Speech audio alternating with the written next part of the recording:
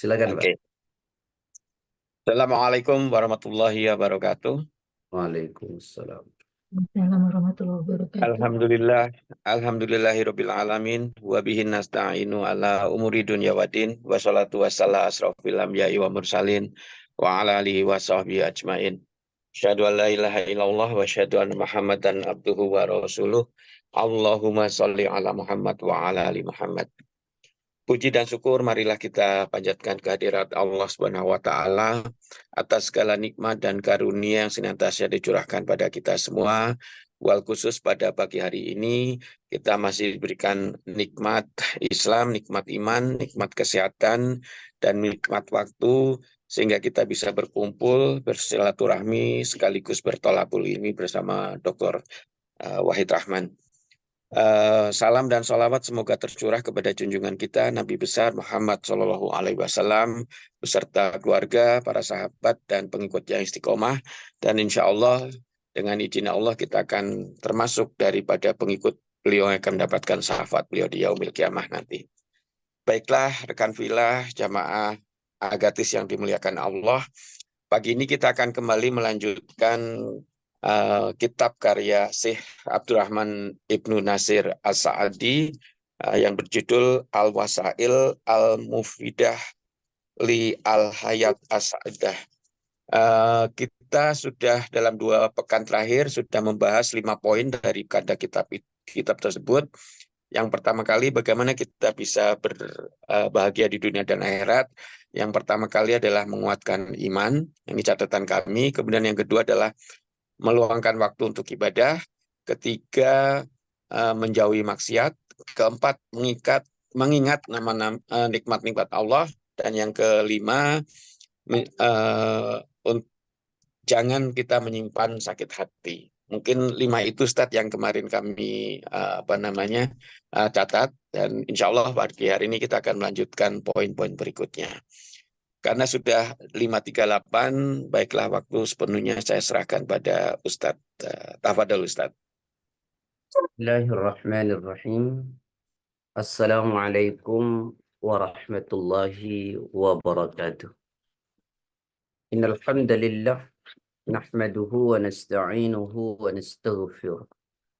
Wa na'udzu billahi min sururi anfusina wa sayyiati a'malina. May yahdihillahu fala mudilla lahu wa may yudlilhu fala hadiya lahu.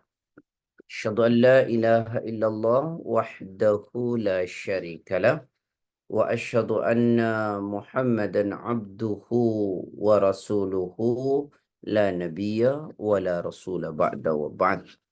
Alhamdulillah, puji syukur pada Allah karena sungguh atas nikmat izin karunia-Nya pada pagi ini Allah masih menganugerahkan kita nikmat iman Islam, kesehatan, sehingga kita bisa bersama-sama dalam kajian ini.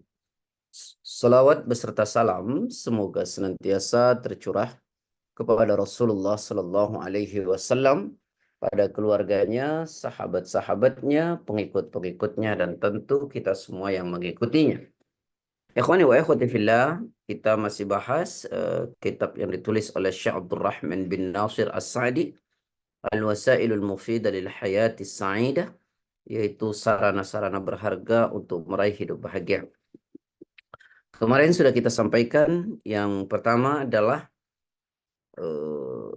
menanamkan iman, kemudian yang kedua meluangkan waktu untuk beramal saleh, kemudian yang ketiga menjauhi maksiat, yang keempat apa Mas Sikit?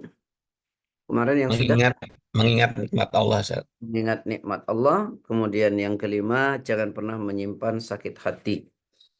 Kemudian yang keenam, memusatkan pikiran untuk melakukan pekerjaan hari ini dan tidak dihantui oleh pikiran di masa depan atau kesedihan masa lalu.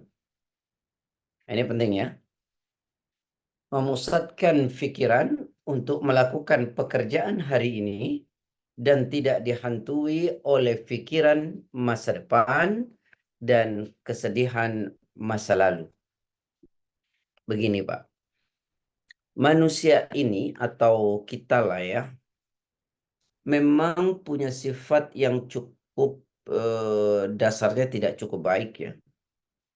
Misalnya Allah mengatakan innal insana khuliqa halu'a. Manusia itu diciptakan suka mengeluh. Ya, suka mengeluh. Wa idza massahu syarru jazu'a. Kalau dia diberikan sesuatu yang tidak enak, nah itu suka mengeluh. Ya, itu yang sering kali terjadi. Nah, Syekh mengatakan dalam buku ini bahwa hendaklah seorang muslim itu jika ingin meraih kebahagiaan dalam hidup ini, fokus saja ya untuk melakukan pekerjaan hari ini secara maksimal dan tidak dihantui oleh pikiran di masa depan atau kesedihan masa lalu. Sebab dua hal penyakit ini, jika orang dihantui dengan pikiran rasa takut di masa depan dan kesedihan atau ratapan karena masa lalu yang dilakukan, maka dia tidak akan pernah bahagia dan dia tidak akan pernah bisa melakukan apapun. Inilah yang oleh ulama disebut dengan dua penyakit. Ya, kata Rasulullah SAW, ada penyakit itu disebut al-hazn, ada penyakit itu disebut al-ham. Ya. Saya ulangi, dua penyakit yang seringkali menimpa manusia yaitu penyakit al-hazn dan penyakit al-ham. Apa itu al-hazn dan apa itu al-ham? Begini Pak. Al-hazn itu adalah orang selalu meratap dengan kejadian yang terjadi di masa lalunya. Orang selalu meratap dengan kejadian yang terjadi di masa lalunya. Itu namanya al-hazn. Kalau al-ham, orang selalu takut dengan masa yang akan datang. Ya. Orang selalu takut dengan masa yang akan datang. Mulai dari al-hazn. Setiap manusia pasti mengalami cobaan dan ujian di masa lalunya. Orang-orang beriman, orang-orang yang beriman, dia akan berkata, apapun masa lalu yang terjadi merupakan takdir yang telah ditentukan oleh Allah. Oleh karenanya, saya hanya ingin menjadikan apa yang terjadi di masa lalu itu sebagai pelajaran untuk saya demi menatap masa yang akan datang. Nah, dengan mengatakan misalnya dalam satu hadis, "Idza asabaka syai'un fala taqul law anni kana fa'altu kadza wa kadza, walakin qul qadarullah wa ma syaa fa'ala. Fa inna law taftahu amal syaitan." Jadi kata Rasul, kalau engkau ditimpa satu cobaan, jangan pernah kau berkata, coba saya tidak melakukan ini atau saya melakukan ini, mungkin ini tidak kejadian. Tapi katakanlah, itu sudah qadar Allah, ketentuan Allah. Saya berulang-ulang mengatakan, ketentuan Allah itu kadang memang tidak sesuai dengan harapan kita. Tapi kita harus tahu bahwa ketentuan Allah itu yang terbaik buat kita. Ya, ini penting untuk dipahami. Ini orang yang punya iman akan berkata demikian. Tapi orang yang imannya tipis, dia akan berkata, dia akan meratap terus dengan kejadian yang terjadi di masa lalu. Coba dulu ya, saya nggak mengambil keputusan ini. Nggak bakal ini terjadi. Coba keputusan ini saya tidak ambil, tidak akan jadi seperti ini. Dia hanya terus meratap ya dengan apa yang terjadi di masa lalunya. Nah, itu yang disebut penyakit al-hazn. Ya, penyakit al-hazn. Jadi selalu meratap dengan kejadian di masa lalu. Ya. Bagi kita tahu kejadian-kejadian itu merupakan takdir yang telah Allah tentukan, sekaligus menjadi pelajaran untuk kita pada masa yang akan datang. Itu semestinya. Ya, bukan kemudian diratapi terus-menerus sehingga dia tidak bisa melakukan apapun. Nah, sedangkan alham itu adalah merupakan rasa khawatir, takut dengan masa yang akan datang. Nah, itu namanya alham. Bagaimana orang yang hidupnya selalu meratap dengan masa lalu yang terjadi dan selalu takut serta khawatir dengan masa yang akan datang, maka pasti dia akan kehilangan kebahagiaan. Gimana nanti ya? Anak-anak gimana ya? Sekolah gimana ya? Terus saya gimana ya? Kalau saya sudah tua gimana ya? Nah, ini orang selalu khawatir dan takut dengan masa yang akan datang. Itu namanya alham. Nah, bagi kita seorang muslim, ya, jika ingin hidup bahagia, ayo konsentrasi saja dengan apa yang kita akan lakukan hari ini. Masa yang akan datang itu Allah sudah jamin. Misalnya dalam Quran, wa ma min dabbatin fil ardi illa 'alallahi rizquha. Ya, kata Allah, tidak ada satu makhluk, ya, tidak ada satu makhluk pun di muka bumi ini, makhluk yang bergerak, ya, kecuali rizkinya sudah dijamin oleh Allah, ya. Kecuali rizkinya sudah dijamin oleh Allah. Jadi kalau begitu, tugas kita hanya berusaha,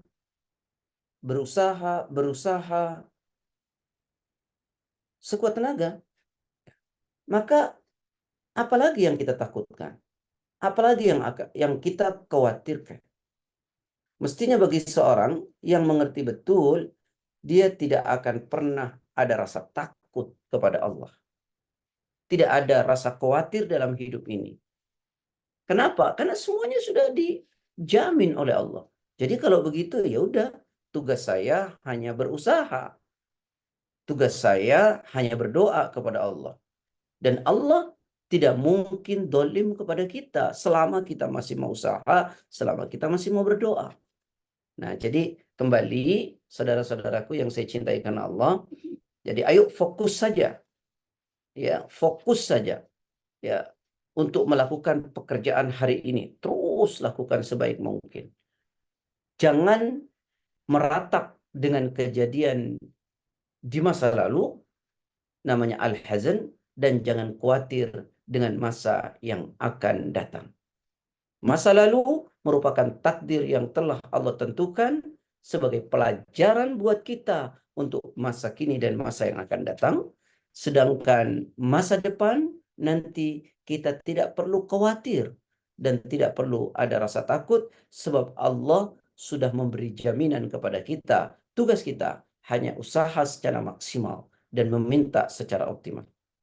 Ya, berkenaan dengan harta misalnya, Allah sudah memberikan jalan buat kita. Udah lakukan saja jalannya, lalu kemudian kita serahkan kepada Allah. Ya, misalnya jalan surga itu kan, kenapa mesti kita takut? Yang penting usaha saja dan doa. Karena Allah menjamin. Itu satu ya, rizki itu karena memang sudah dijamin oleh Allah. Coba buka Al-Quran, surat Hud ayat 6.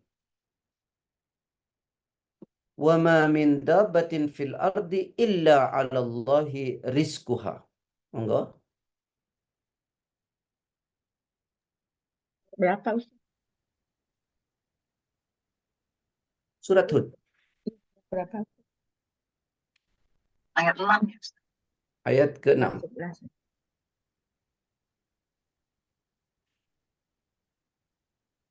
Monggo. Bentar ya Ustaz. Baik.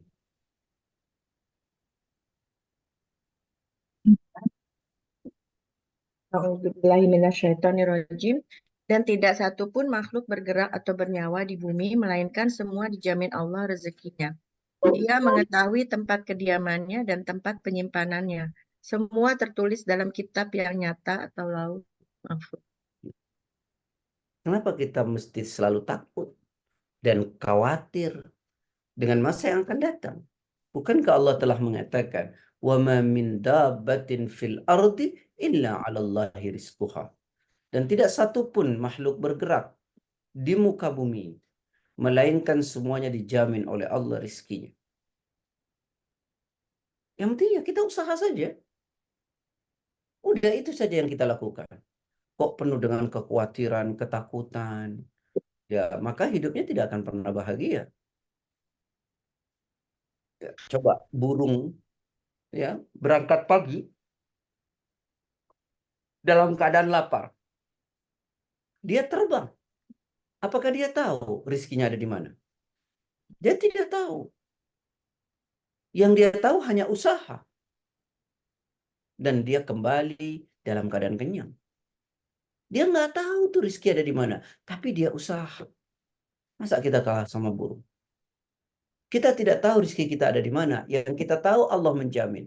Maka kita harus berusaha sekuat tenaga. Berusaha sekuat tenaga. Itu saja. Ya. Apa yang kita takuti? Kemudian yang kedua, jaminan rizki itu adalah kita bersyukur kepada Allah. Ya, kita bersyukur kepada Allah. Nanti Allah kasih kok. Dan Allah tambahkan rizki itu. Jika kita mau bersyukur terus akan nikmat yang Allah kasih. Setidaknya kalau tidak berupa finansialnya yang ditambah, rasa hati menerimanya itu.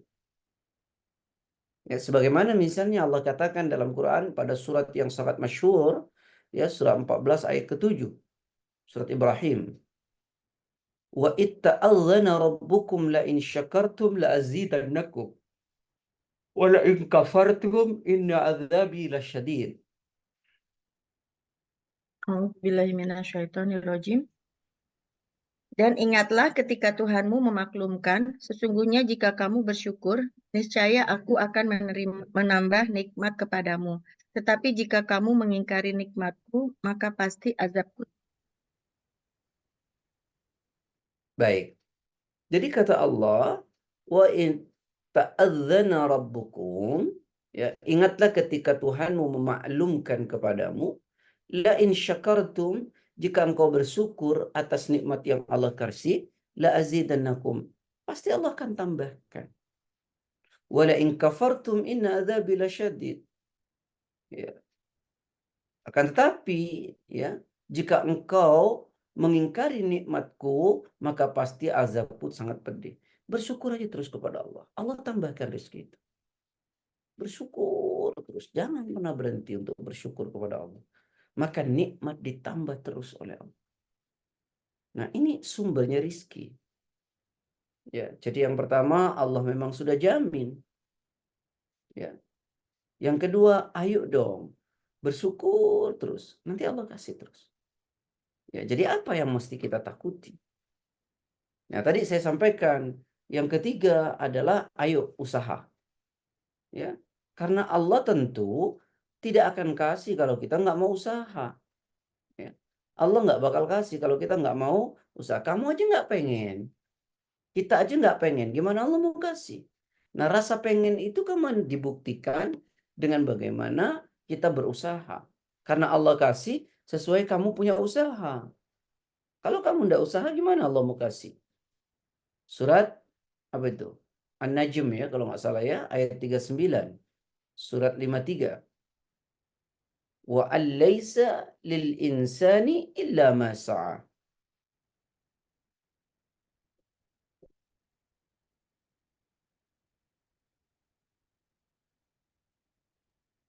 A'udzubillahi minasyaitonirrajim. Dan bahwa manusia hanya memperoleh apa yang telah diusahakannya. Nah, manusia memperoleh apa yang telah diusahakan. Ya, dan kalau kita usaha, Allah itu pasti hargai. Allah pasti kasih. Nah, bagaimana kita nggak usaha tapi kita pengen dapat? Ini kan repot ya. Masih ingat nggak kemarin saya bilang apa Bun? Okem. Apa okem Pak Sigit? Ogah kerja enak makan. Jadi nggak mau usaha dia. Gimana? Ya harus ada usaha. Dan usaha itu mesti maksimal gitu. Misalnya Allah katakan dalam Quran itu pada surah ke berapa itu? 62 kalau tidak salah. Ayat ke-10.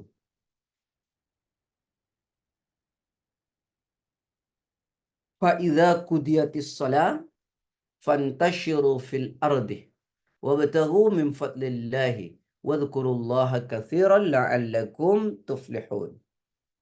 Auzubillahiminasyaitonirrajim. Apabila sholat telah dilaksanakan, maka bertebaranlah kamu di bumi. Carilah karunia Allah dan ingatlah Allah banyak-banyak agar kamu beruntung.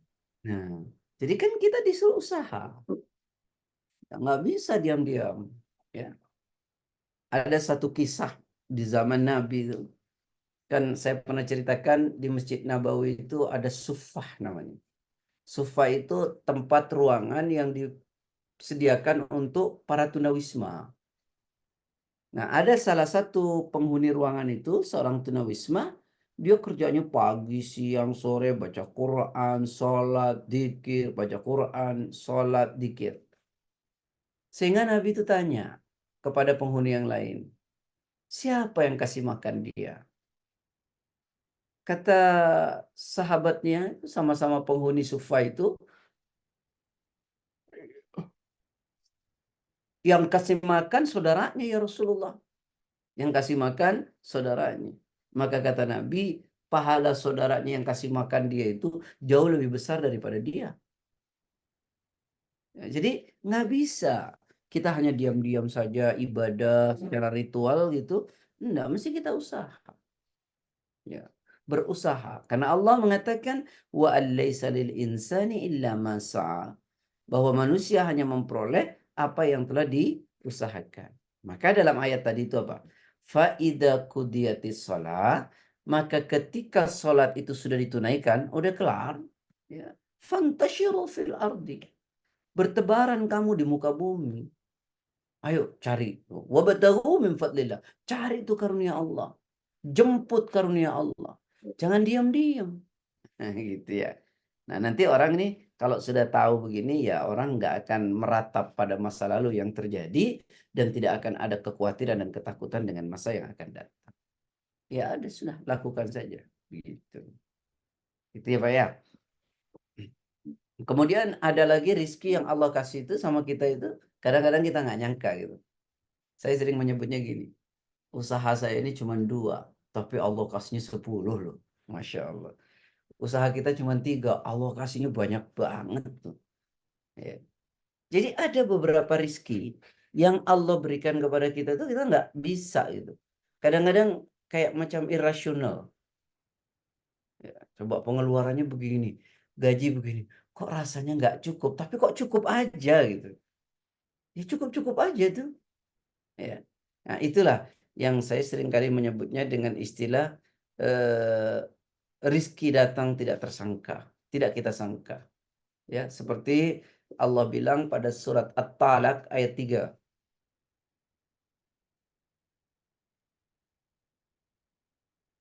Surat At-Talaq ayat 3. Wa yarzuquhu min haitsu la yahtasib. Wa may yatawakkal 'ala Allah fa huwa hasbuh. Innallaha balighu. Ya, silakan. Auzubillahiminasyaitonirrajim. Dan dia memberinya rezeki dari arah yang tidak disangka-sangkanya. Dan barang siapa bertawakal kepada Allah, niscaya Allah akan mencukupkan keperluannya. Sesungguhnya Allah melaksanakan urusannya. Allah telah mengadakan ketentuan bagi setiap sesuatu. Nah, wa yarzuquhu min haitsu la yahtasib. Dan Allah menganugerahkan kepadanya rizki dari arah yang dia tidak duga. Ya, yang dia tidak menduganya. Jadi memang kadang-kadang Allah memberi sesuatu itu di luar nalar kadang-kadang. Ya, ini yang disebut dengan rizki yang tidak disangka. Ya, jadi makanya bagi siapa yang Allah kasih rizki banyak, tidak pantas untuk sombong. Bagi yang sedikit ya tidak boleh berkecil hati. Ya. Sudah berbaik sangka saja dengan apa yang Allah kasih. Ya. Maka membuat orang akan menjadi bahagia. Ini sumber rizki ya. Nah, tadi yang pertama adalah apa? Allah menjamin. Yang kedua dengan apa? Bersyukur ya, atau berusaha, bersyukur kemudian berusaha ya. Kemudian yang selanjutnya adalah ada rizki itu yang tidak terduga ya. Kemudian ada lagi sumber rizki itu menurut Al-Quran memperbanyak istighfar ya, memperbanyak istighfar. Tentu berkaitan dengan usaha ya, memperbanyak istighfar. Istighfar yang banyak kepada Allah, nanti Allah datangkan rizki. Dalam Quran itu dijelaskan kalau tidak salah ya, surat Nuh ayat 10 sampai 12.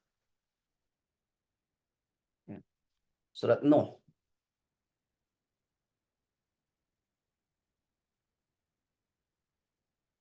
Sudah? Fakultu astaghfiru rabbakum innahu kana ghaffara yursilus samaa alaikum midrara. Ya. Monggo.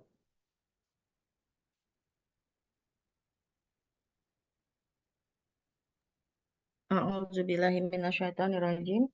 Maka aku berkata kepada mereka, mohonlah ampunan kepada Tuhanmu, Dia Maha Pengampun. Niscaya Dia akan menurunkan hujan yang lebat dari langit kepadamu, dan Dia memperbanyak harta dan anak-anakmu, dan mengadakan kebun-kebun untukmu, dan mengadakan sungai-sungai untuk. Fakultu astaghfiru. Maka aku berkata kepada mereka, istaghfiru, beristighfarlah kalian semua. Mohon ampun kepada Tuhan. Innahu kana ghaffara. Sungguh dia Allah Maha Pengampun. Kalau kita banyak istighfar, yursilus sama, niscaya dia Allah akan menurunkan dari langit alaikum midrara, atas kalian hujan yang lebat. Midrara itu hujan yang membawa kenikmatan. Karena ada hujan yang berupa bencana, ya. Makanya kenapa kita diajarkan kalau hujan itu berdoa gimana? Allahumma sayyiban nafi'ah. Ya, jadi hujan yang bermanfaat. Karena ada hujan itu yang berupa cobaan, ya. Jadi dengan banyak istighfar Allah akan turunkan dari langit kepada kalian midrara, hujan yang membawa manfaat. Itulah rizki. Lalu Allah katakan pada ayat selanjutnya itu wa yumditkum bi amwali wa banin, ya. Maka kata Allah apa kata Allah? Memperbanyak harta dan anak-anak. Niscaya Allah akan memperbanyak harta dan anak. Nah, ini ibu-ibu yang dirahmati oleh Allah, bapak-bapak yang semoga diberkahi oleh Allah ya. Jadi dengan banyak istighfar. Dalam hadis itu bahkan dikatakan begini. Man lazimal istighfar, siapa orang memperbanyak baca istighfar, membiasakan diri baca istighfar. Siapa orang membiasakan diri baca istighfar, maka diberikan 3 hal oleh Allah yang kita nggak bisa menyangka. Apa itu? Jadi kata Rasulullah, man lazimal istighfar ja'alallahu ala kulli dikin makhrajan. Siapa orang membiasakan diri baca istighfar, istighfar, istighfar, istighfar, ja'alallahu ala kulli dikin makhrajan. Allah akan berikan jalan keluar pada setiap kesulitan hidup yang dihadapi. Jadi biasakan aja astagfirullah, astagfirullah, astagfirullah. Yang kedua, kata Rasulullah SAW, ya, selain Allah mengeluarkan persoalan kita, ya, karena banyak istighfar. Yang kedua, wa min kulli hammin farjan. Allah akan ganti setiap kesedihan kita dengan kebahagiaan. Yang ketiga, wa yarzuquhu min haitsu la yahtasib.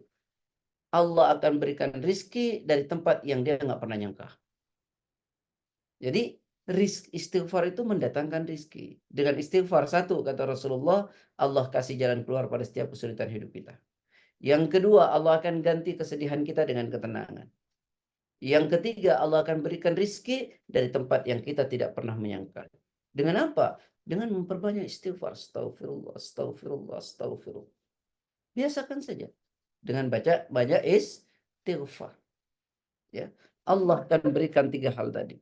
Jadi makanya salah satu datangnya rizki itu dengan memperbanyak istighfar. Ya, dengan perbanyak istighfar. Istighfar itu kapan saja. Yang terbaik memang di penghujung malam. Wabil asharihum yastaghfirun. Ya, dan di penghujung malam mereka senantiasa beristighfar. Jadi istighfar itu akan mendatangkan rizki. Ya, perbanyak aja baca istighfar. Astaghfirullah, astaghfirullah. Tentu selalu berkait dengan usaha ya. Perbanyak istighfar, nanti Allah akan datangkan rizki buat kita. Ya, insya Allah. Jadi perbanyak istighfar. Itu sudah yang keberapa itu? Yang keberapa ya pasti gitu ya? Untuk yang alhamdulillah, kalau yang itu nomor 6 Ustaz, yang fokus pada hari ini. Iya. Yang terkait dengan rizki, nomor 4 Ustaz. Rizki karena jaminan Allah, karena bersyukur, kemudian rizki yang tidak disangka-sangka, kemudian yang karena istighfar, Ustaz. Usaha sudah tadi. Dan karena usaha ya. Ya, Kemudian oke. selanjutnya, karena apa rizki itu juga datang? Karena dengan banyak bersedekah. Ya, banyak bersedekah. Ya, saat kita bersedekah itu, maka Allah datangkan rizki kepada kita. Ya, memperbanyak sedekah. Dalilnya mana? Dalilnya Al-Quran surat Al-Baqarah 245. Man dzalladzi yuqridullaha qardan hasanan fayudha'ifahu lahu ad'afan katsira. Wallahu yaqbidu wa yabsutu wa ilaihi turja'un. Surat 2 245. Monggo.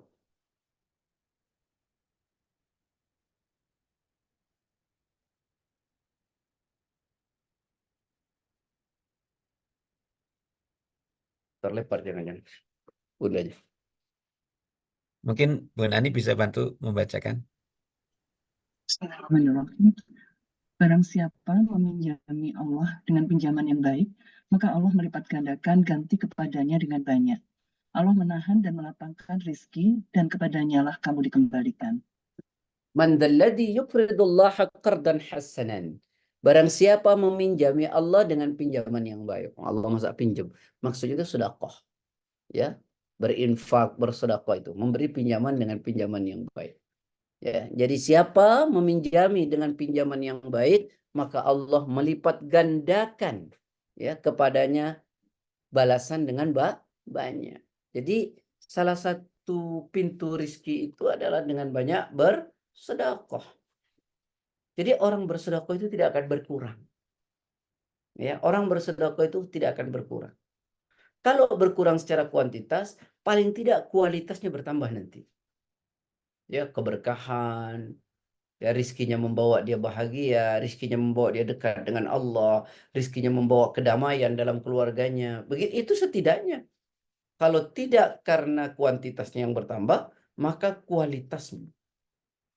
Ya, jadi saya ulangi, kalau tidak karena kuantitasnya, maka kualitasnya yang akan bertambah. Nah, kemudian selanjutnya, teman-teman sekalian, ada rizki itu datang, ini apa ya namanya, dengan menikah. Dengan menikah. Ya. Jadi rizki itu Allah berikan karena menikah. Jadi makanya jangan pernah takut tuh. Orang mau menikah takut gitu ya. Nah ini bisa disampaikan kepada anak-anak ya bun. Karena ada nanti gimana. Nggak usah ada rasa takut itu. Karena Allah jamin. Kalau kita dalam keadaan susah. Dengan menikah nanti Allah yang membantu kita. Itu Quran tuh. Surat An-Nur 24 ayat 32.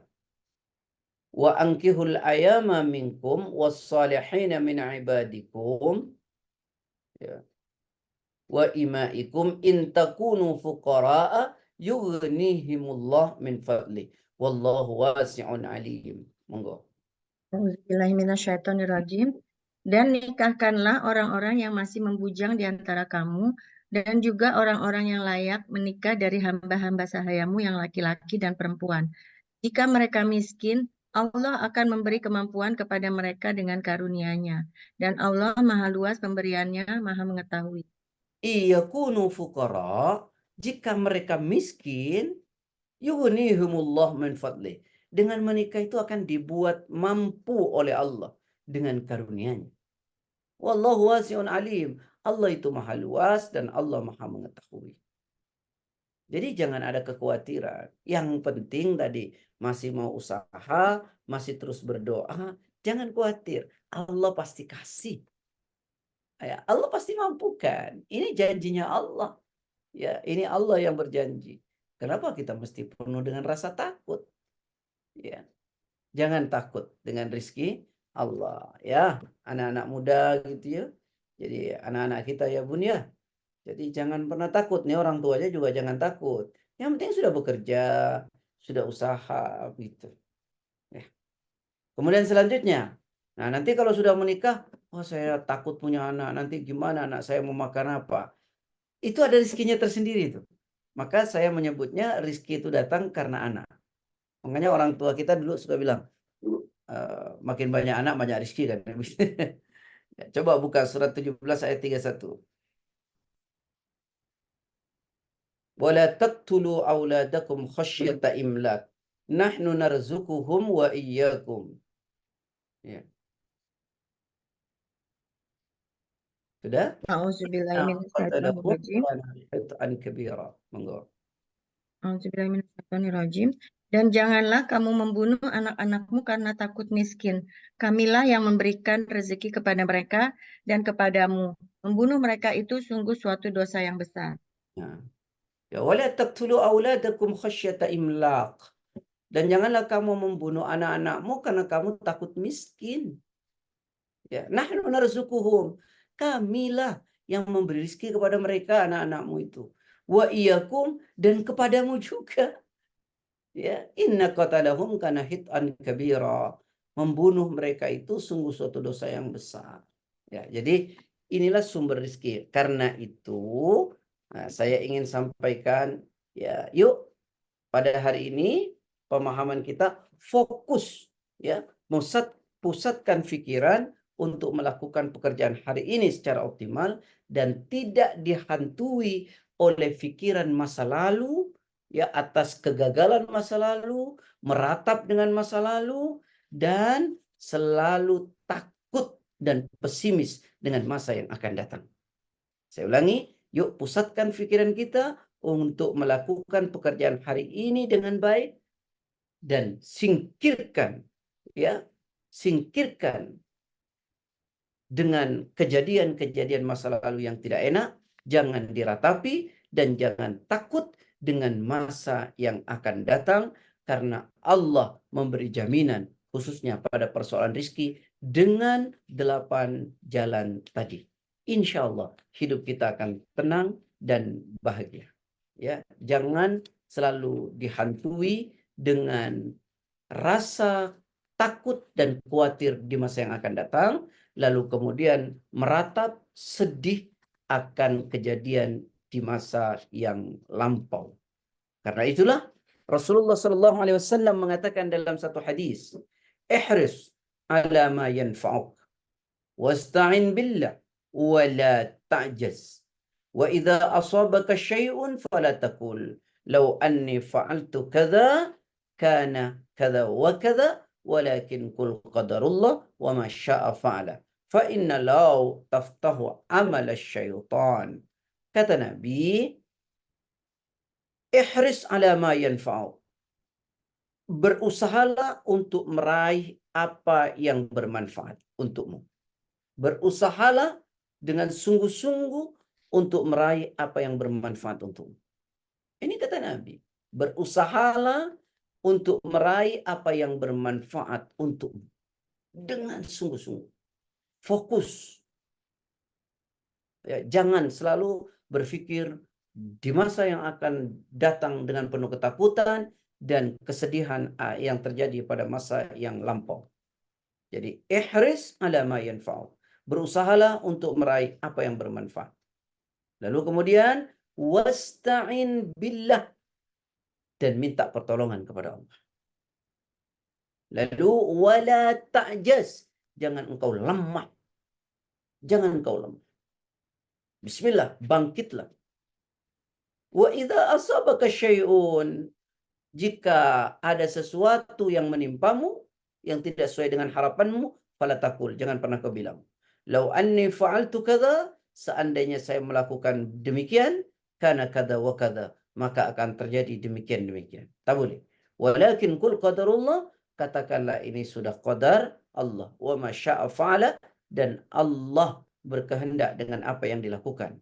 Fa inna lau taftahu amala syaitan, karena seandainya kata-kata seperti itu membuka peluang bagi perbuatan setan untuk merusak diri kita, yang akhirnya kita kemudian tidak bersemangat melakukan sesuatu.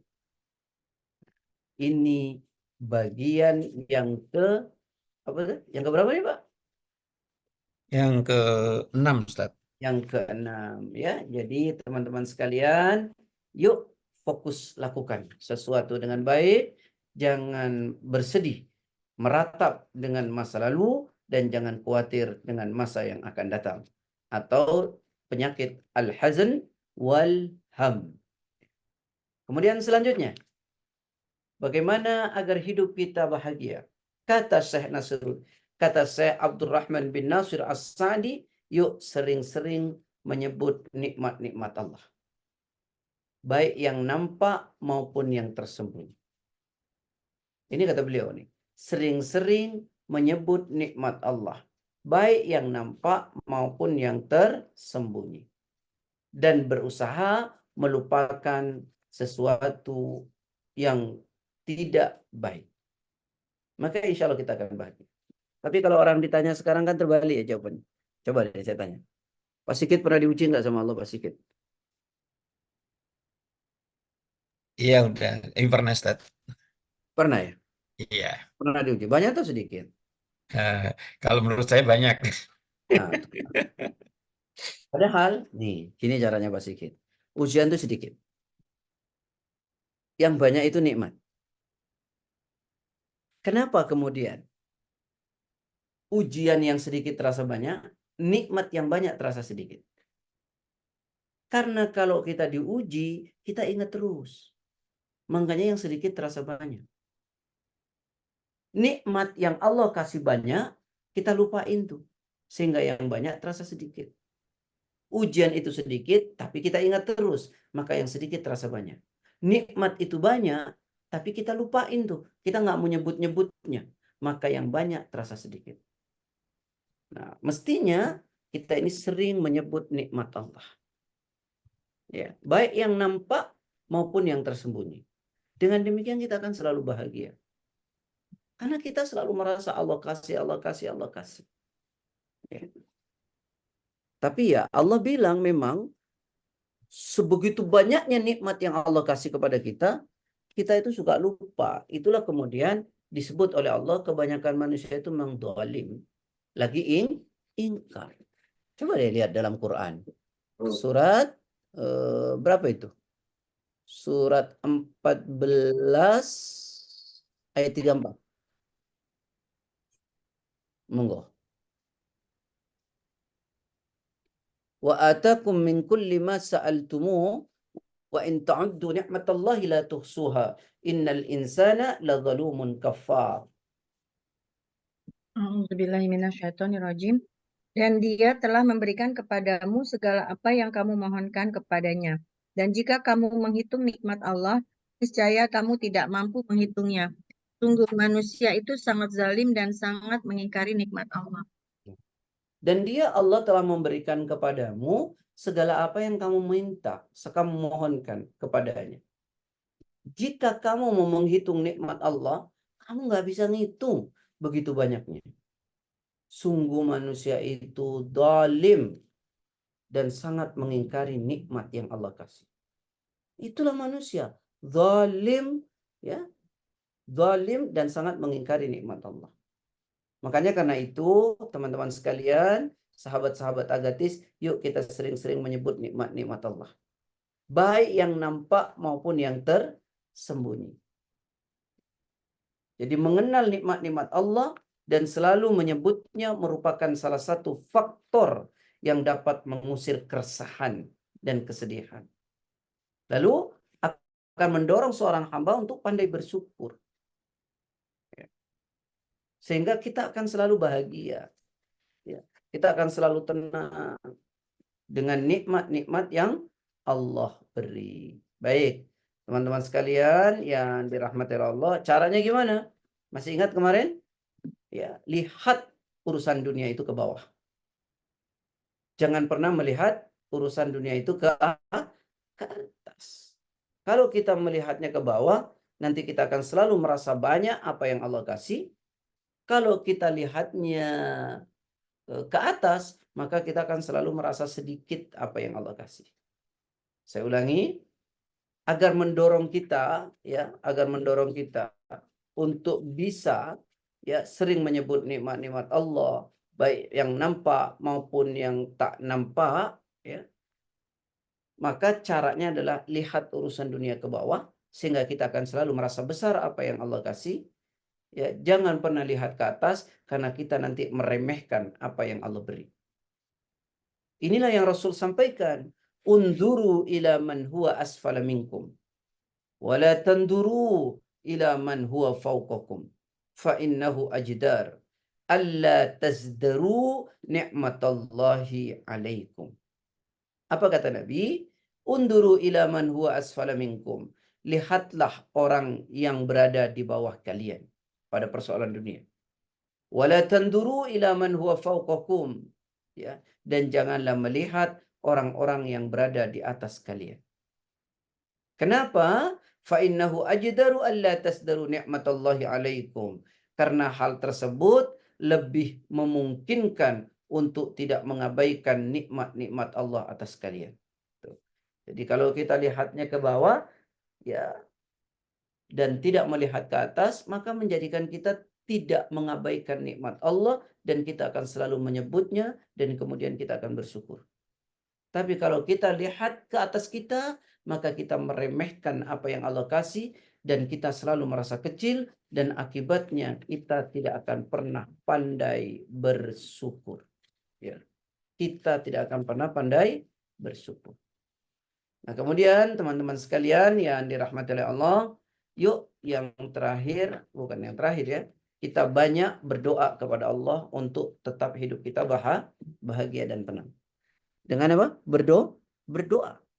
Seperti doa yang dipanjatkan oleh Nabi, Allahumma aslih li dini alladhi huwa ismatu amri wa aslih li dunyaya allati fiha ma'ashi wa aslih li akhirati allati ilaiha ma'adi waj'alil hayata ziyadatan li fi kulli khair wal mauta rahatan li min kulli syarr. Allahumma ya Allah, aslih li dini, perbaikilah bagiku agamaku, huwa ismatu amri, yang merupakan pokok perkaraku, wa aslih li dunyaya allati fiha ma'ashi, ya Allah, perbaiki bagiku duniaku yang merupakan tempat kehidupanku. Ya Allah, perbaikilah untukku duniaku. Perbaikilah bagiku duniaku yang merupakan tempat kehidupanku. Wa aslih li akhirati, dan perbaikilah untukku akhiratku, allati ilaiha ma'adi, yang kepada akhirat itu saya akan kembali. Waj'alil hayata ziyadatan li fi kulli khair, dan jadikanlah kehidupan ini sebagai sarana bagiku untuk menambah kebaikan. Wal mauta rahatan li min kulli syarr, dan jadikanlah kematianku sebagai tempat istirahat dari segala keburukan. Ini doa keren banget ya. Doa yang diajarkan oleh Rasulullah sallallahu alaihi wasallam. Kemudian doa yang lain, Allahumma rahmataka arju fala takillini ila nafsi tarfata ain wa aslih li sya'ni kullahu la ilaha illa anta. Allahumma rahmataka arju. Ya Allah, rahmatmu sangat aku harapkan ya Allah. Fala takillini ila nafsi tarfata ain. Dan janganlah engkau serahkan urusanku kepada diriku sendiri, walau hanya sekejap mata. Bantu aku ya Allah. Wa aslih li sya'ni kullahu. Dan perbaikilah semua urusanku. La ilaha illa anta. Tidak ada ilah kecuali engkau. Jadi selanjutnya jangan pernah berhenti berdoa kepada Allah ya, untuk bisa tetap hidup bahagia. Ya, untuk tetap hidup bahagia. Selanjutnya ya,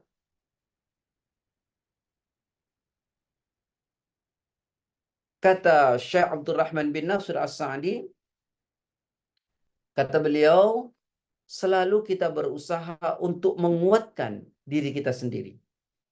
Ya, selalu berusaha untuk menguatkan diri kita sendiri. Kamu bisa, aku bisa, aku bisa. Seperti itu. Ini kata Syekh Abdurrahman bin Nasir As-Sa'di. Kenapa? Karena Allah telah memberikan potensi kepada kita. Ya. Jadi, ayo kuatkan diri kita. Saya bisa, saya bisa, saya bisa. Itu kata Syekh Abdurrahman bin Nasir As-Sa'di. Kenapa? Karena Allah telah menganugerahkan potensi kepada kita. Kerahkan segala potensi itu, maka insya Allah kita bisa. Kita dikasih fikir oleh Allah. Ayo berfikirlah dengan baik. Kita dikasih tubuh sempurna. Ayo implementasikan pikiran yang ada pada diri kita. Ya. Jadi kuatkan diri kita bahwa saya bisa. Optimis. Begitu kata Syekh Abdurrahman bin Nasir As-Sa'di. Bagian selanjutnya, kuatkan diri kita dan kita selalu optimis karena Allah telah memberikan potensi-potensi kepada kita. Gunakan potensi ini secara maksimal, maka kita akan bisa merubah segalanya. Kalau kita tidak mau menggunakan potensi kita, tak ada keyakinan, tidak ada optimis, maka kita tidak akan bisa lakukan apa. Coba buka Quran surat 13 ayat 11.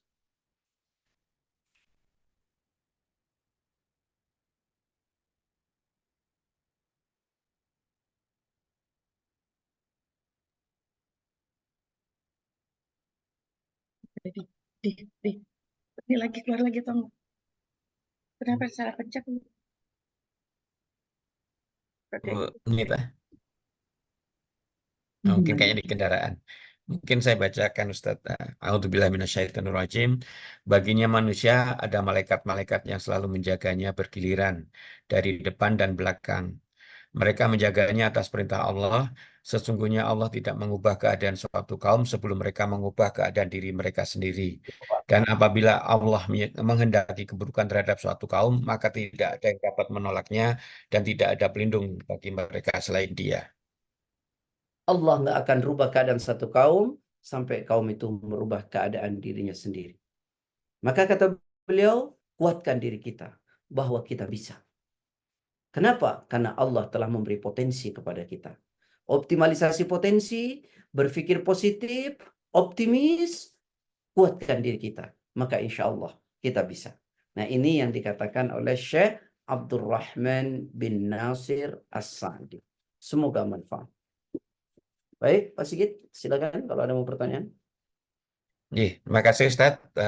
Alhamdulillah kita sudah sampai poin ke-8. Apa namanya dari kitab Syekh Abdurrahman. Baiklah, mungkin sekarang kita waktunya tanya jawab. Tapi mungkin sebelumnya Ustaz ada sedikit mengenai rezeki tadi. Saya pernah membaca hadis dan saya nggak tahu nih apa namanya derajat hadisnya seperti apa, bahwa ada dosa-dosa yang tidak bisa hapus selain kalau kita karena lelah bekerja itu. Apakah itu berarti bahwa apabila kita apa namanya sebagai kepala rumah tangga katakanlah seperti itu, saat kalau misalkan kita tidak melaksanakan apa namanya usaha untuk mencari rezeki itu merupakan dosa atau bagaimana Ustaz? Terima kasih. Baik. Ada satu pertanyaan seorang sahabat namanya Muawiyah ibni Haidah kepada Rasulullah SAW. Muawiyah ibni Haidah ini tanya begini, ya Rasulullah, ma haqqu zaujati ahadina alaih? Ma haqqu zaujati ahadina alaih? ya Rasulullah, apa yang menjadi hak istri kami dari kami? Apa yang menjadi hak istri kami dari kami ya Rasulullah? Apa jawaban Rasulullah? Antut imaha idat tu'imtah wa taksuha idat tasayid wala tuqabbi wala tahjur illa fil bait. Jadi Rasulullah itu ditanya oleh sahabat namanya Muawiyah bin Haidah, "Ma haqqu zaujati ahadina alaih?" Ya Rasulullah, apa yang menjadi hak istri kami dari kami? Apa yang menjadi hak istri kami dari kami? Artinya kalau dibalik, apa sih kewajiban saya kepada istri? Jadi saat kita menikahi seorang wanita, maka melekat kewajiban-kewajiban itu kepada kita. Wajib itu kalau dikerjakan ya berpahala, ditinggal ya berarti dosa. Apa kewajiban kita yang menjadi hak istri? Antut imaha idza ta'imtah, memberikan makan. Bagaimana kita bisa memberi makan kalau kita nggak mau bekerja? Bagaimana kita bisa memberi nafkah kepada istri kalau kita nggak mau kerja, kita malas? Ya. Lalu wataksuha idza tasaid, memberikan pakaian. Bagaimana kita bisa berikan pakaian kepada istri kalau kita saja tidak ada usaha? Artinya kita nggak mau bekerja, kita nggak mau usaha. Tentu sesuai dengan kesanggupan kita. Beri makan, beri pakaian. Ya. Wala tuqabbi, jangan pernah jelekan istri. Wala tadribil wajha, jangan pernah memukul wajahnya. Wala tahjur illa fil bait, tidak boleh memisahkan istri kecuali di rumah. Jadi melekat kewajiban kepada seorang suami untuk menafkahi istri. Nah, kalau itu kewajiban, saat suami tidak melakukan kewajibannya, maka berdosa baginya. Maka berdosa. Ya kita renungkan sajalah pelan-pelan ya. Bayangkan, istri kita itu dulu dididik, dilahir dari ibunya, dibesarkan, diberi makan, disekolahkan. Saat dewasa, udah selesai kuliah, ya kemudian dia bekerja.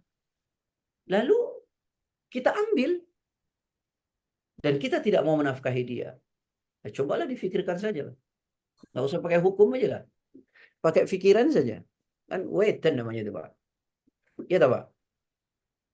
Yes, Ustaz. Lahir dari ibunya, dibesarkan oleh ibunya, disekolahkan oleh ibu bapaknya, dicintai, disayangi, diberi nafkah, lalu setelah besar, udah jadi sarjana, dia bekerja, kita ambil. Terus kita nggak mau kasih dia nafkah, bagaimana ceritanya itu? Dan ini dosa yang tidak bisa diampuni dengan istighfar, Ustaz ya. Jadi harus betul-betul bekerja, Ustaz ya. Betul-betul ada keridoan juga dari suaminya. Kalau suaminya ridho berbagi tugas ya karena memang dia nggak bisa, misalnya nggak bisa ya, itu beda. Tapi kalau dia masih bisa malas, nah itu nggak boleh tuh. Wallahu a'lam. Baik, ini ada Pak Arsyad yang sudah membuka mikrofon. Kemudian nanti saya akan bacakan eh, chat dari Om Alex. Ya, silakan Pak Arsyad. Assalamualaikum warahmatullahi wabarakatuh. Pak Ustadz, saya masih mengulang lagi pertanyaan dulu. Saya juga pernah bertanyakan tentang namanya sedih, galau, masih selalu terbayang pemikiran masa lalu. Tadi juga disinggung oleh Pak Ustadz. Nah, pertanyaan saya, bagaimana caranya? Tadi sebenarnya sih mungkin udah terjawab, kita mengucapkan banyak istighfar gitu kan. Lalu pandai bersyukur gitu. Lalu melihat nikmat yang banyak, dan sebenarnya kita cobaan itu nggak banyak gitu. Itu poin-poin yang tadi yang Pak Ustadz. Tapi ini yang jadi masalah itu Pak Ustadz. Yang tadi itu, oh kalau saya seperti itu dulu, mungkin saya akan karirnya begini. Nah masih sering timbul itu Pak Ustadz, yang kayak begitu itu. Nah maksud saya tadi, apa sih upaya-upaya yang sederhana gitu loh, yang supaya kita itu optimis memandang masa depan, bahwa sebenarnya hidup kita itu hari ini yang terbaik. Tadi doa tadi yang bagus, bagaimana kita memanfaatkan dunia ini supaya kita bisa bahagia, segala macam. Padahal surat Ar-Rahman itu sampai harus diulang sampai sekian puluh kali, 31 kali tentang fabi'ai ala rabbikuma tukadziban gitu. Nah, itu Pak Ustadz. Jadi upaya-upaya sederhana kita sehingga kita kalau bisa ya hilanglah sifat keluh kesah ini. Apalagi karena memang kita pernah melalui masa-masa sebelumnya. Demikian Pak Ustadz. Terima kasih. Ini belajar move on dengan masa lalu namanya, Bang. Belajar move on dengan masa lalu. Gini, Pak. Yang pertama itu kita mesti paham tentang satu takdir. Jadi apapun ya, jadi gini, untuk bisa move on itu yang pertama kita pahami akan takdirnya Allah. Ya. Itu dulu deh. Ini takdir Allah. Dan takdir Allah ini memang tidak sesuai dengan harapan saya. Pasti yang terbaik buat saya. Itu dulu paham itu. Sehingga membentuk diri kita bisa menerima. Ini takdir Allah. Memang takdir Allah kadang tidak sesuai dengan harapan dan keinginan saya. Tapi saya harus yakin bahwa takdir Allah itu yang terbaik buat saya. Makanya kenapa muncul ayat dalam Quran misalnya. Pada surat 57 ayat 22-23. Ma asaba min musibatin fil ardi wala fi anfusikum illa fi kitabim min qabli an nabra'aha. Inna dzalika 'ala Allahi yasir. Likai la ta'sau 'ala ma fatakum wala tafrahu ya bima atakum wallahu la yuhibbu kulla mukhtalin fakhur. Monggo. A'udzubillahi minasyaitonirrajim. Setiap bencana yang menimpa di bumi dan yang menimpa dirimu sendiri, semuanya telah tertulis dalam kitab Lauh Mahfuz sebelum kami mewujudkannya. Sungguh yang demikian itu mudah bagi Allah, agar kamu tidak bersedih hati terhadap apa yang luput dari kamu, dan tidak pula terlalu gembira terhadap apa yang diberikannya kepadamu. Dan Allah tidak menyukai setiap orang yang sombong dan membanggakan. Nah, setiap bencana yang menimpa di bumi dan yang menimpa dirimu, semuanya sudah tertulis dalam kitab Allah di Lauhil Mahfuz. Sebelum kami mewujudkannya. Jadi pahami ini takdir Allah. Lalu kemudian agar kamu tidak terlalu bersedih terhadap apa yang luput dari kamu dan kamu tidak terlalu gembira dengan apa yang diberikannya kepadamu. Nah, ini pahami dulu ya dengan baik. Nah, kemudian berpikir positif tentang kejadian-kejadian yang telah Allah tetapkan bahwa ini adalah yang terbaik. Itu. Berpikir positif ya kepada Allah atas ketetapan dan kejadian-kejadian yang menimpa diri kita. Yang walaupun menurut kita kurang baik, tapi ukur dengan menurut Allah. Karena itu berpikir positif. Asa an takrahu syai'an wa huwa khairul lakum. Boleh jadi yang kau anggap enggak baik, jangan-jangan itu yang terbaik di mata Allah. Wa asa an tuhibbu syai'an wa huwa syarrul lakum. Boleh jadi yang kau anggap terbaik itu jangan-jangan tidak baik menurut Allah. Wallahu ya'lamu wa antum la ta'lamun. Allah itu Maha tahu yang terbaik buat kita, sedangkan kita tidak pernah tahu yang terbaik buat diri kita sendiri. Begitu ya Pak ya. Jadi Terima kasih Pak ini Ustadz. takdir Allah. Oke. Yang kedua, Oke. ayo mikir positif kepada Allah. Oke. Ya, Baik, wallahu bismillah. a'lam. Makasih Ustadz. Ini ada chat dari Bu Linda untuk minta doa tadi yang disebutkan oleh Pak Ustadz. Apa mungkin mohon maaf nanti bisa di WA ke saya Ustadz, nanti bisa saya teruskan kepada teman-teman. Insyaallah. Ya, makasih Ustadz. Ustaz, Kemudian ini doanya ya. ada di dalam zikir pagi dan kan ya? Ada. Ada ya? Oh, ada ya. Oke. Ada. Ya, ya. Oke, baiklah. Kemudian ada pertanyaan dari Om Alek ini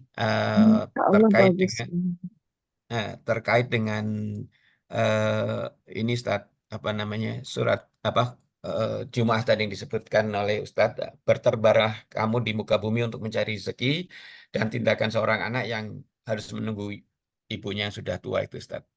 Mungkin penjelasan mengenai bertebaranlah kamu di muka bumi ini Ustadz. Enggak, maksudnya gimana nih? Maksudnya gimana? Anda enggak paham nih. Ya, kalau bertebaran di muka bumi mungkin yang di pemikiran Om Alek nih bepergian jauh-jauh segala macam sementara ibunya yang ditungguin di rumah gitu sebagainya. Bukan. Bertebaran di muka bumi itu maksudnya cari rizkinya Allah, Pak. Kan di situ jelas. Wabtaghu min fadlillah.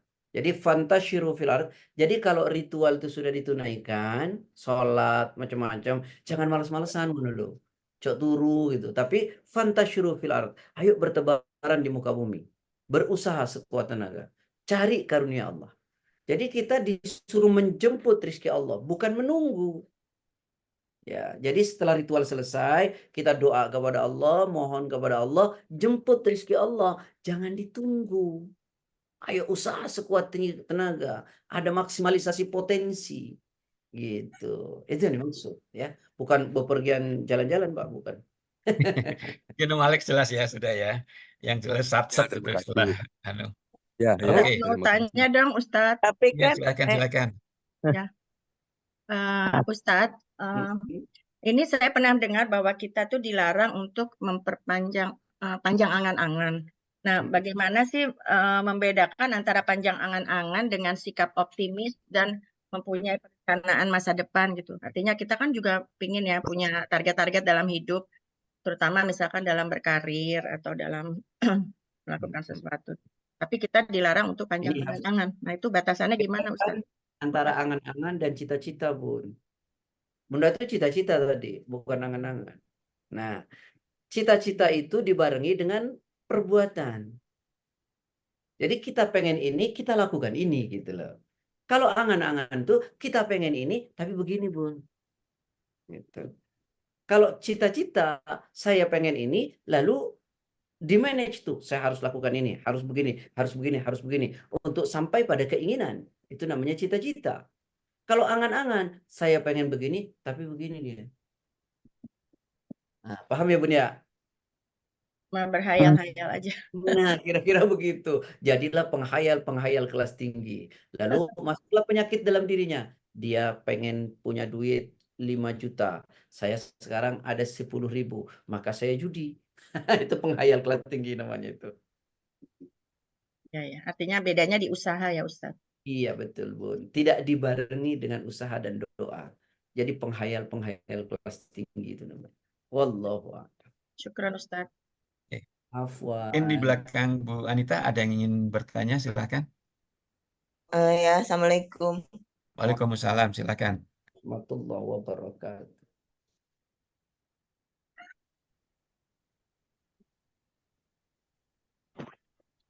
Siapa tadi?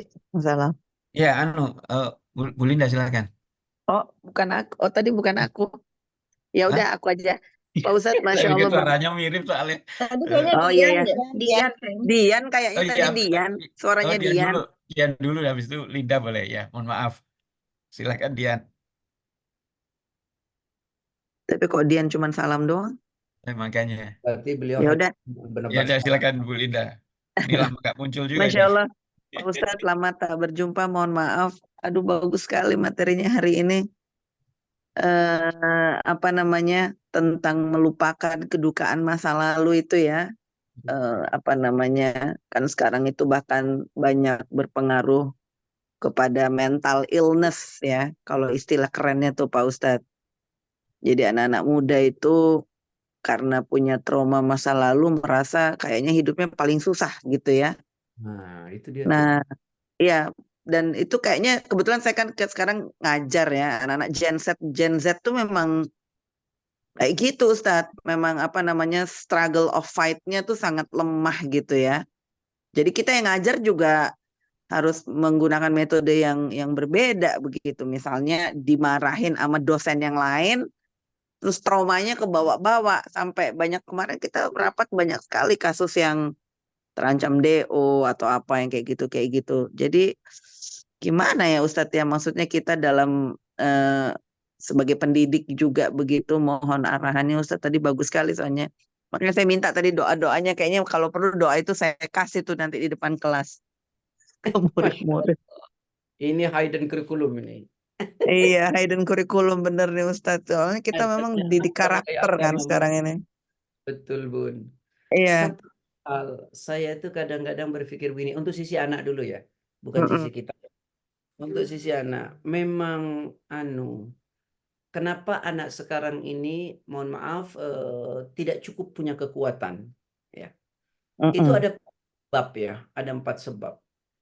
Saya menyebutnya 4 sebab. Mungkin Bunda pernah baca teori konvergensi, Stephen Howard.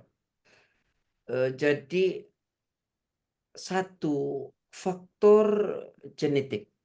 Faktor genetik ini yang juga mempunyai warna. kepada anak itu. Kemudian faktor education. Yang saya sebut education bukan pendidikan formal, pendidikan di rumah. Yang orang tua itu, anak-anak itu semua terima jadi. Beda dengan kita dulu. Bagaimana dididik orang tua itu bukan jadi, tapi usaha. Anak sekarang tuh kayak disuapin terus. Ini persoalan. Ini persoalan. Saya itu pun tidak mau antar anak sekolah, jujur saja. Bilang, itu sekolah kamu dekat. Saya bilang, kau bisa naik mobil ini, naik Mikrolet ini dulu, sampai ke sana sekolahmu itu. Nanti pulang kau begitu lagi. Saya bilang. Dan itu memang kita ada kekhawatiran. Jadi saya ikuti tuh Mikrolet dari belakang. Dan itu hampir bulan saya seperti itu. Saya ikuti. Tapi lama-lama ya sudah, dia bisa sudah. Ya. Jadi jangan anak itu seperti disuapi gitu. Nah itu pola pendidikan ini sangat membentuk mental anak. Dia tidak struggle, dia tidak kuat akhirnya. Nah kemudian yang ketiga adalah faktor milieu, lingkungan. Mulai dari lingkungan rumah, lingkungan sekolah, lingkungan kampus, dan lingkungan yang lain. Serta interaksi dengan teman-temannya yang sama akhirnya. Oh, yang modelnya sama ya, model disuapinnya sama gitu Ya. Ustaz ya. Dan itu sekolah begitu sekarang. Saat kita sekolah di tempat bagus, modelnya sama tuh. Hampir semua sekolah. Ya, saya termasuk yang menyesal dulu anak saya sekolahkan di tempat sekolah yang swasta, yang Mahal. membentuk anak itu sama sekali tidak punya jiwa fight.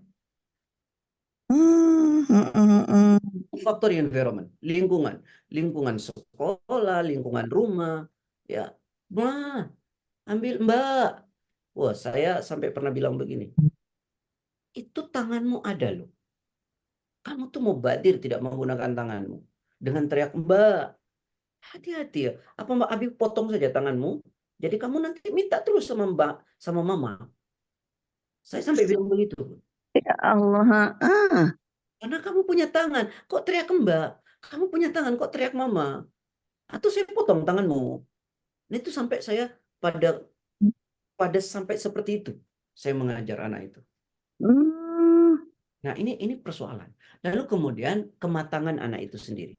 Jadi genetical, education, milieu, dan kematangan anak itu. Nah ini penyebab. Dan ini harus dirubah oleh kita. Jangan karena kita punya segalanya, lalu kita hancurkan anak-anak kita sehingga dia tidak cukup punya mental yang kuat.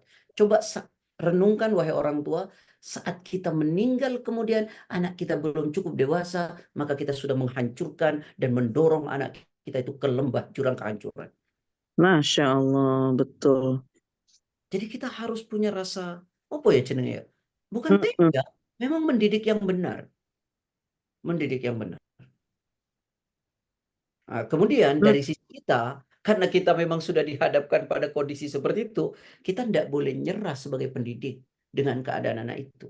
Ya kita juga, mohon maaf ya, di kampus, ya di sekolah, ya kita juga ajarkan dunia itu tidak datang kepadamu, nak. Ya. Keberhasilan itu tidak kemudian menghampirimu, nak, kecuali engkau usaha dengan kuat. Kecuali engkau punya jiwa fight. Karena hidup ini cobaan, nak. Kalau engkau hidup hanya ingin seperti engkau di dalam rumahmu disuapi terus, maka kau akan hancur. Hidup ini ombak. Bagaimana kau kuat tahan ombak itu? Ya, dan qadarullah memang saya concern di bidang itu, Bun. Oh gitu, Pak. Dan di bidang itu untuk anak. Iya. Karena apa ya? Saya melihat orang tua hari ini dia mengatakan cinta dan sayang kepada anak, tapi dia tidak sadar dia sedang menghancurkan anak-anaknya. Iya betul Ustaz. Saya ingat nasihat almarhumah ibu saya, memanjakan anak sama dengan membunuh anak gitu ya kira-kira, karena seperti yang Ustaz jelaskan barusan. Betul. Masya Allah, terima kasih banyak Ustaz. Lihat bagaimana Ibrahim mendidik Ismail. Keren betul. Kenapa dari Babelonia harus ditaruh di tempat yang penuh dengan perjuangan di Mekah? Renungkan itu secara matang. Masya Allah. moga-moga ini menjadi pengantar, lalu kemudian menjadikan kita berkreasi dan berinovasi untuk membuat pola pendidikan anak di zaman sekarang dengan anak-anak yang Gen Z. Ya Allah. Jadi kita sebagai pendidik boleh aja ya kita tetap bikin mereka kasih challenging gitu ya Ustadz ya. Boleh, Karena kan kita dalam proses mendidik kan di dalam kampus ini. harus Kita Bu. kasih challenge supaya mereka tuh lebih struggle gitu ya. Walaupun dari rumahnya tidak dapat misalnya gitu. Satu hal bagi pendidik, kita tidak sedang mengajar anak, tapi kita sedang mendidik anak. Iya, iya, Mengajar iya. hanya transfer knowledge. Dari tidak tahu, anak dibuat tahu, cerdas secara intelektual. Tapi bukan itu dalam mendidik.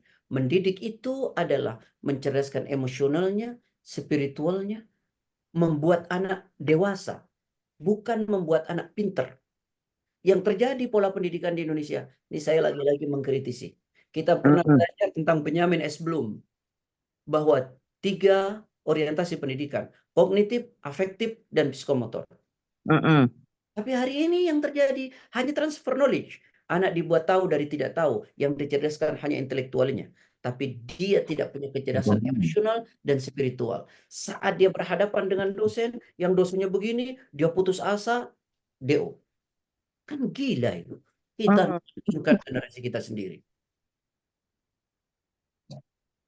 Masya Allah, barakallah. Wah, nanti Ustadz kita undang ya pengajian ini Ramadan di IPB. Tadi saya bilang ke Itu Pak sekalian Rektor. kuliah Iya, umum Masya juga untuk Allah. mahasiswa. Ikut. Bagus sekali ya Allah. Oke. Nah, Cukup ikut ya ya? Nan ya. Iya. ITS juga ngundang ya, ITS juga Iya. ngundang. Oke, Ya. saya pikir banyak dosen di sini, Ustadz, banyak masukan luar biasa dari Ustadz. Luar biasa, Oke, terima kasih Jadi banyak. salah namanya Bun. Kalau banyak dosen ini namanya kapur makan papan Bun. Itu masalah Bun. Enggak dong, kita kan justru dari pendekatan ini yang penting buat pegangan kami. Nuhun pisan Pak Ustadz. ya, makanya Enggak ya. Nani. Ya, ini ada Mbak Neneng sudah buka mikrofonnya, mungkin ada yang mau ditanyakan Kebuka atau pasti. kepencet. Kan dibuka pasti gitu. Ada yang Oke, gitu ya, satu hal Ustadz, chatnya Baik. Om Alex nih, tapi mungkin apakah mungkin agak sensitif Ustadz, berkaitan dengan wiridannya Al-Ghazali Ustadz.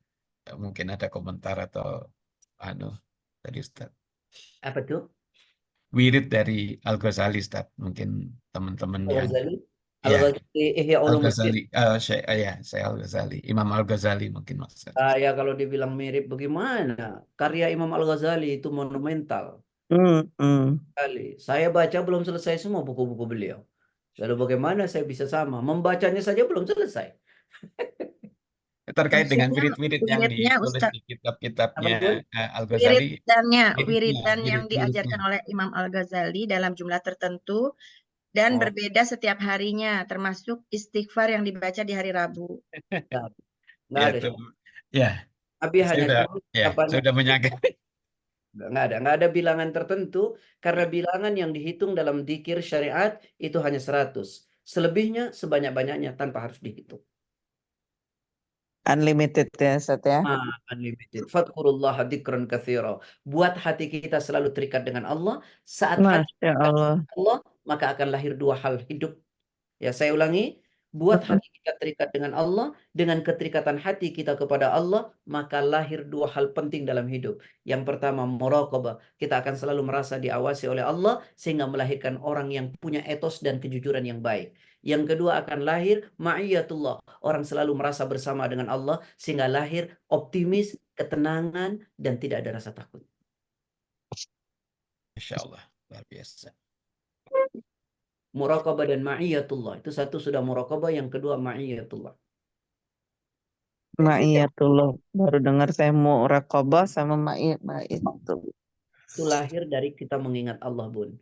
Nanti kita selalu merasa diawasi oleh Allah. Orang yang selalu merasa diawasi oleh Allah, dia selalu jujur, dia akan berada dalam track kebenaran, dia tidak mau sesuatu yang Allah nggak suka, karena dia tahu Allah tak pernah tidur mengawasi dia. Saya sering bilang, untuk membuat etos kerja baik, tolong HRD kuatkan iman. Karena dengan iman Anda merasa diawasi oleh Allah. Orang yang tidak pernah merasa diawasi oleh Allah hanya punya etos kerja keren ketika atasannya ada. Hilang, selesai sudah. Yang kedua akan lahir ma'iyatullah. Ma'iyatullah itu orang selalu merasa bersama dengan Allah. Ketika orang selalu merasa bersama dengan Allah, yang lahir apa? Optimis. Karena dia tahu Allah pasti akan tolong. Wallahu a'lam. Makasih. Sudah 0656 Ustaz. Ini agak melebihi dari jatah Ustaz. Ustaz masih ada kegiatan lain-lain. Baiklah, rekan filah jamaah Agatis yang dimuliakan Allah, luar biasa sekali pada pagi hari ini ilmu yang disampaikan Ustaz, terutama tadi ditanya jawabnya. Baiklah, kami sampaikan terima kasih kepada Ustadz yang sudah memberikan waktu dan ilmunya pada kita semua, juga pada Profesor Nani yang sudah menyediakan Zoom, juga Mbak Nita yang sudah membacakan terjemahannya, pada Om Aryesta yang sudah record dan akan segera mengupload ke channel kita, dan juga pada Mbak Dasa yang akan segera mengeluarkan catatannya. Baiklah, kita akhiri kajian kita pada pagi hari ini dengan bersama-sama membaca doa kafaratul majelis. Subhanakallah wa bihamdika asyhadu an la ilaha illa anta astaghfiruka wa atubu ilaik. Assalamualaikum warahmatullahi wabarakatuh.